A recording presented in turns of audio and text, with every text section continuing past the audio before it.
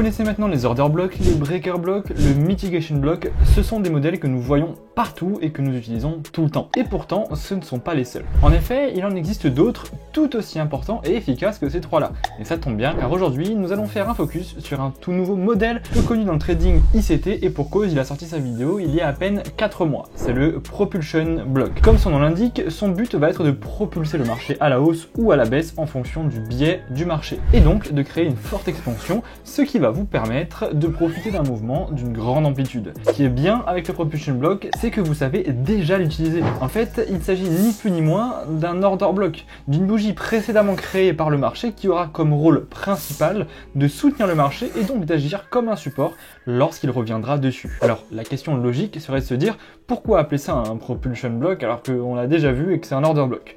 Eh bien c'est simple, en fait il ne s'agit pas d'un seul order block, mais de deux order blocks consécutifs qui agiront comme tremplin pour le marché. Si l'on regarde ce schéma directement tiré de la vidéo d'ICT, nous avons premièrement cette bougie baissière qui vient créer cette hausse du prix. Ça c'est ce qu'on appelle plus communément un order block haussier. Par conséquent, lorsque le prix revient dessus à ce niveau, et donc dans l'order block tracé ici, nous pouvons nous attendre à une hausse. Eh bien dans la pratique c'est ça, vous avez raison. Mais dans le cas d'un Propulsion Block, cette bougie sert également de propulsion sur le marché. Mais alors, qu'est-ce qui la rend impulsive? C'est vrai, nous avons déjà ce premier order block qui sert de support et donc de répulsion pour le marché. Mais cette bougie, qu'a-t-elle de particulier? En fait, c'est justement parce qu'elle revient dans notre premier order block que ça fait d'elle une bougie de propulsion. De manière imagée, ce sont alors deux order blocks qui agissent ensemble pour donner une plus forte propulsion au marché. C'est un peu comme un lance-pierre. Si vous n'utilisez qu'un seul élastique, la pierre parcourra une certaine distance. Mais si vous en assemblez deux, pour en avoir un plus gros, la pierre ira alors beaucoup plus loin et la propulsion sera plus forte. Bon, évidemment, cela reste une image. Sur le marché, le prix est plus complexe que ça. C'est pour cette raison que, comme avec n'importe quel modèle, il faut le combiner avec ce que vous connaissez déjà, principalement le Power of 3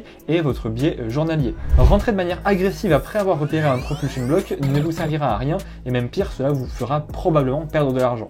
Non pas parce que le modèle ne fonctionne pas, mais parce que si vous avez aucune autre confirmation, c'est prendre des risques pour rien. C'est un peu comme rentrer au hasard sur un fair value gap. Sachez que toutes les notes de cette vidéo sont disponibles en description. Dans le cas d'un Propulsion Block, votre meilleur allié va être la tendance actuelle, car cette dernière permet une meilleure compréhension de la situation du marché.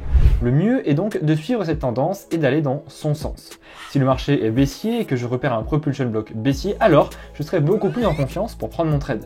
A l'inverse, si nous sommes en tendance plutôt haussière, je vais avoir des doutes, je ne vais pas être en confiance et mon trade aura plus de chances de ne pas atteindre mon objectif. Si par exemple on est mercredi 14h et qu'on vient de prendre le Previous Weekly High, bon, ça veut dire qu'on est dans le Power of 3, on a de fortes chances de se retourner pour avoir un mercredi après-midi, jeudi et vendredi matin baissier. Donc prendre un Propulsion Block haussier serait dangereux. Là, je le lis avec le Power of 3. Voyons donc ce que ça donne sur un graphique sur USD-CAD par exemple en M15. Évidemment, ce modèle fonctionne aussi bien pour le marché du Forex, des indices ou des matières premières. Bref, notre biais du marché sur cet exemple est plutôt haussier. Nous zoomons sur la partie qui nous intéresse, nous pouvons remarquer ces trois bougies consécutives à la baisse. Or, comme je viens de le dire juste avant, nous sommes bullish sur ce marché. Donc ici, nous avons notre premier order block. Et évidemment, nous prenons bien les trois bougies en compte car il s'agit du dernier mouvement baissier avant la hausse et non pas de la dernière bougie.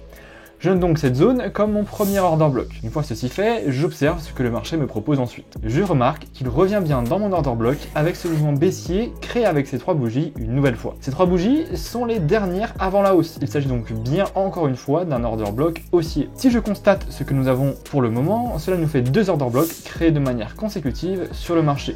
Nous avons bien notre Propulsion Block, mais alors que nous manque-t-il pour confirmer le tout et donc la forte impulsion haussière du marché? Il nous manque la bougie de propulsion. Pour rappel, la bougie de propulsion est la dernière bougie baissière revenant dans le dernier order block pour créer la hausse. Dans notre cas, cette bougie, c'est celle-ci. Encore une fois, j'invente rien, c'est directement tiré de la vidéo d'ICT. Il s'agit bien de la dernière qui revient dans notre order block. Suite à ça, le marché part de manière très rapide à la hausse pour atteindre mon objectif. En l'occurrence, ces equal high qui servent également de buy side liquidity. Mais attention, comme tout modèle, il y a certaines règles à respecter. Et dans celui-ci, il faut porter une importance particulière sur la bougie de propulsion. Si une autre bougie vient en dessous du prix d'équilibre de la bougie de propulsion, alors il ne faut plus la prendre en compte. En réalité, on pourrait continuer à la prendre en compte, mais le risque est trop élevé et pour commencer, il est préférable de s'arrêter et de ne pas la prendre en compte. Encore une fois, ce sont les mots d'ICT.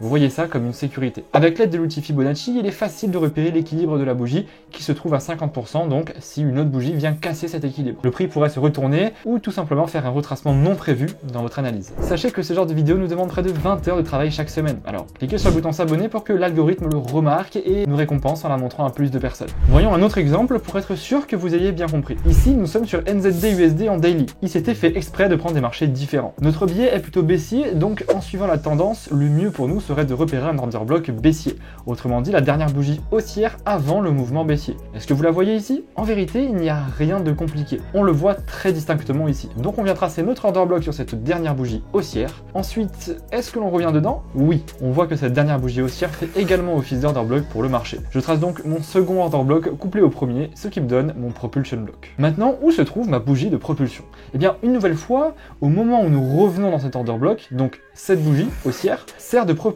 au marché et nous pouvons nous attendre dans les prochains jours à une baisse conséquente du marché. Et petit bonus, dans cet exemple, où pourrions-nous rentrer en position? Car rentrer directement sur la bougie de propulsion est très agressif. Alors comment pourrions-nous faire? Eh bien c'est simple, et je suis sûr que beaucoup d'entre vous l'auront déjà vu. Nous savons que cette bougie ne doit pas se faire casser son équilibre des 50%, soit son milieu. Nous allons alors placer notre entrée au retest de cette bougie qui va, comme son nom l'indique, propulser le marché. Et comme prévu, le marché revient toucher le lot de la bougie sans casser la zone des 50% pour partir réaliser le gros mouvement baissier attendu. Attention, ne mettez pas votre stop loss au niveau des 50%, ce sera quand même beaucoup trop risqué. Alors oui, c'est un concept assez simple, mais pourtant encore trop peu utilisé car très peu démocratisé en France. Dans le trading, ICT en tout cas. Et c'est pour cette raison que je vous le partage aujourd'hui. Sachez que toutes les notes de cette vidéo sont disponibles en description et surtout, n'oubliez pas de vous abonner. À la prochaine.